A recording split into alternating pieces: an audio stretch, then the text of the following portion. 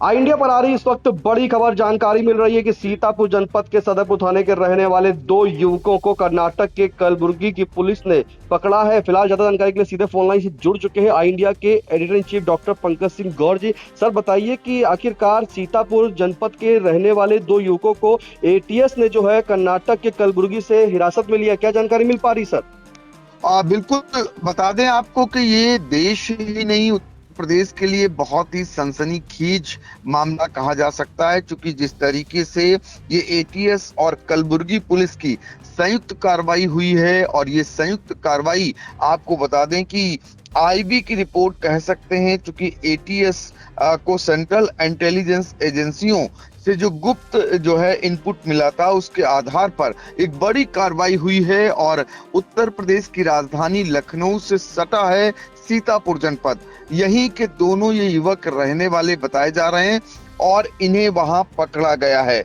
इन पर जो आरोप है वो काफी सनसनीखेज है। पकड़े गए दोनों संदिग्ध जो मूल रूप से उत्तर प्रदेश के रहने वाले बताए जा रहे हैं, और उनके संबंध सीमा पार पाकिस्तान तथा आतंकी संगठन आईएसआई से होने का गंभीर आरोप है।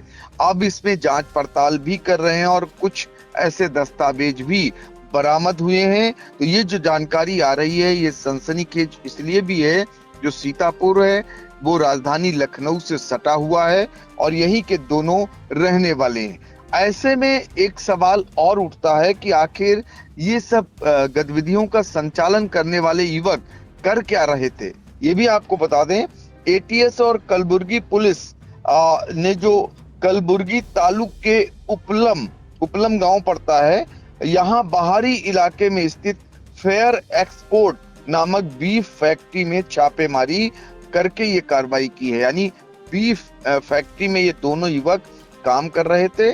गिरफ्तार आरोपियों की जो पहचान हुई है उनमें एक का नाम मोहम्मद समीर है और दूसरे का नाम सलमान बताया जा रहा है। ये दोनों लंबे समय से इस फैक्ट्री में कर्मचारी के रूप में काम कर रहे थे और यहीं छिपे हुए थे। आपको बता दें कि छापेमारी के दौरान जब पुलिस और एटीएस की टीम ने आरोपी मोहम्मद समीर के किराए के मकान की तलाशी ली, तो वहां से कई संवेदनशील स्थानों के नक्शे बरामद हुए, यानी मैप्स बरामद हुए हैं। इन नक्शों के मिलने से सुरक्षा एजेंसियों के कान खड़े हो गए हैं और किसी बड़ी साजिश की आशंका जताई जा रही है। एटीएस के सूत्र जो हैं उनके मुताबिक आपको बता दें, दोनों आरोपी डिजिटल प्लेटफॉर्म के जरिए देश विरोधी गतिविधियों में शामिल होने बताए जा रहे हैं। व्हाट्सएप कॉल से संदिग्ध लगातार पाकिस्तानी हैंडलर्स के साथ संपर्क में थे। फेसबुक और अन्य माध्यमों के जरिए आईएसआई के स्लीपर सेल से जुड़े होने की बात सामने आई है। यानी उनके लिए ये दोनों युवक काम करने बताए जा रहे हैं।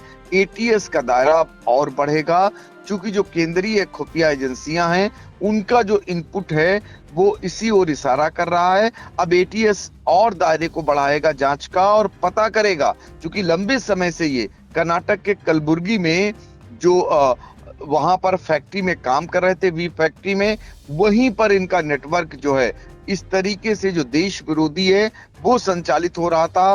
पाकिस्तान से मिल करके ये काम कर रहे थे। ये आरोप अब तक निकल करके आ रहे हैं। फिलहाल ये एक बड़ी कार्रवाई है और आने वाले दिनों में ये आपको बता दें इसका जांच का दायरा सीतापुर तक आ सकता है और भी बढ़ सकता है।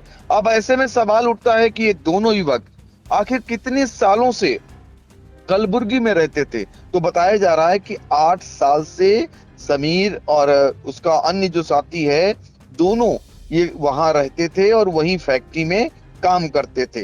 तो ऐसे में ये सदरपुर थाना इलाका पड़ता है सीतापुर का, जहां के ये रहने वाले हैं दोनों युवक। तो अब इनकी जांच का दायरा बढ़ाते हुए आने वाले दिनों में यहाँ भी जांच हो सकती है। और इस बीच खबर ये भी आ रही कि इनके बारे में बहुत सारी जानकारियां खुफिया एजेंसियों से लेकर एटीएस ने जुटाना शुरू कर दिया है।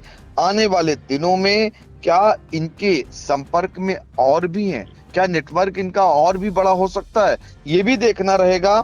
फिलहाल जो है इनके पास से संवेदनशील इलाकों के मानचित्र भी बरामद होना एक बड़ी जो है जिस दिशा में जो आरोप लग रहे हैं उस दिशा में पुख्ता एक प्रमाण के तौर पर बताया जा रहा है। अब ये देखना होगा कि इनके नेटवर्क में कितने और लोग हैं या क्या ऐसा संपर्क करके कोई ऐसा देश विरोधी कृत्य इनके द्वारा किया जा चुका है, ये भी फिलहाल जांच में ही निकल करके आएगा। बिल्कुल, ये बड़ा मामला है जहां पर एटीएस के द्वारा जो है सीतापुर जनपद के थाना सदरपुर के रहने वाले समीर और सलमान को जो है हिरासत में लिया गया है। बताया जा रहा है कि 8 वर्ष पहले जो है दोनों कर्नाटक गए थे, वहां मजदूरी करते थे और उनके पुलिस के अनुसार जो बताया गया है कि बी फैक्ट्री में काम करते थे। वहां पर सर्च अभियान चलाया गया और उसी के दौरान जो है इन्हें हिरासत में लिया गया। फिलहाल कलबुर्गी के जो पुलिस कमिश्नर है सलप्पा एसडी, उन्होंने जानकारी दी है कि जो हिरासत में लिए गए उनसे द्वारा पता चल रहा है कि देश विरोधी और कट्टरपंथी गतिविधियों में उनके शामिल होने की आशंका है। ऐसे वो इंस्टाग्राम अकाउंट भी उन्होंने फॉलो कर रखा था। फिलहाल उनके खिलाफ जो है यूनिवर्सिटी पुलिस स्टेशन में केस दर्ज कर लिया गया और सभी पहलुओं पे जांच की जा रही है। आखिरकार इनका कनेक्शन और कितने लोग हैं, कहां इनका कनेक्शन चल रहा है। फिलहाल महत्वपूर्ण अपडेट के लिए सर आपका धन्यवाद।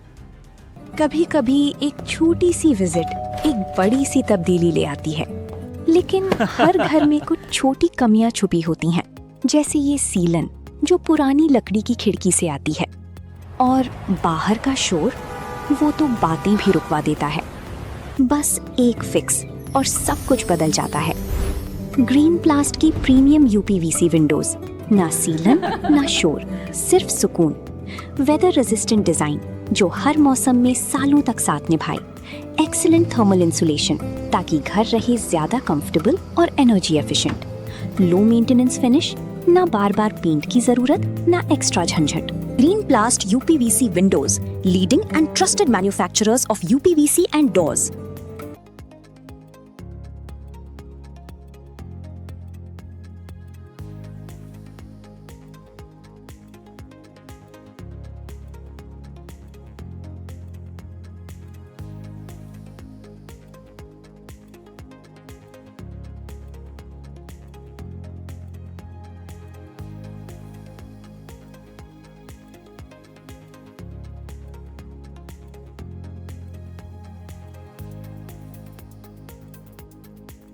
चुनावी समर में आया इंडिया का महासर्वे, विधायकों का रिपोर्ट कार्ड, जनता जनार्दन देगी नंबर।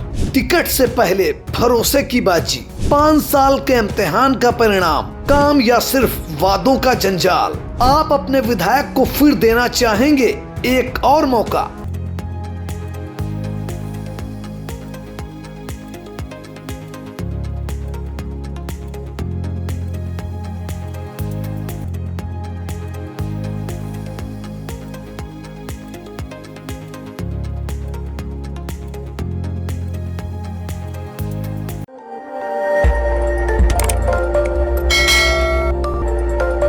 खबर आपकी, नजर हमारी। देखते रहिए आई इंडिया।